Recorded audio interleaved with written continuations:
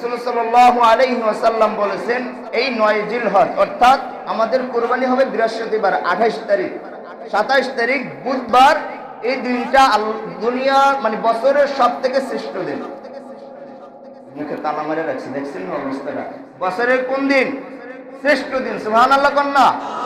আল্লাহ রাসূল বলছে যে বছরের শ্রেষ্ঠ দিন হলো আরাফার দিন, 9 জিলহজ। এটা হলো বছরের শ্রেষ্ঠ দিন।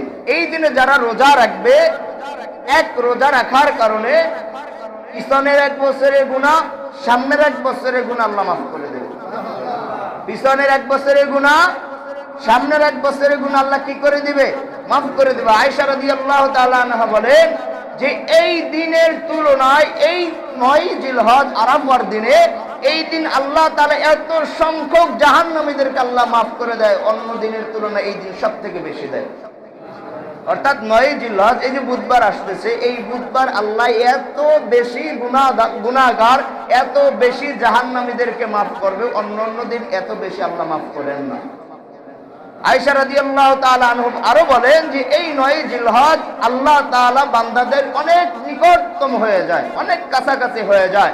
এবং যারা রোজা রাখে, যারা ইবাদত করে, এই দিনে বেশি বেশি দোয়া করা, এই দিনে যে দোয়া করা হয় আল্লাহ তাআলা সেই দোয়াই কবুল করে নেয়। আম্মাজান আয়েশা রাদিয়াল্লাহু তাআলা আনহা বলেন, এই দিনে যারা রোজা রাখে, যারা ইবাদত করে, আল্লাহ সেই বান্দাদেরকে নিয়ে ফেরেশতাদের সামনে গর্ববোধ করতে থাকে।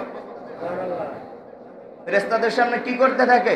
গর্ববোধ করতে থাকে, বলতে থাকে, হে ফেরেশতারা, তোমরা আমার জান্নাত, আমার জাহান্নাম, আমি আল্লাহকে দেখে তোমরা ইবাদত করো, কিন্তু আমার দেখো আমার বান্দারা আমি আল্লাহকে দেখে না, আমার জান্নাত দেখে না, আমার জাহান্নাম দেখে নাই।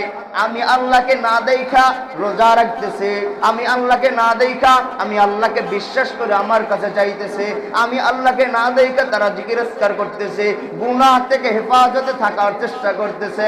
অতএব ফেরেশতারা দেখো আমার এই বান্দারা কি চায়, আমার বান্দারা যা চাইবে আমি আল্লাহ তাদেরকে তাই দিয়ে দেব।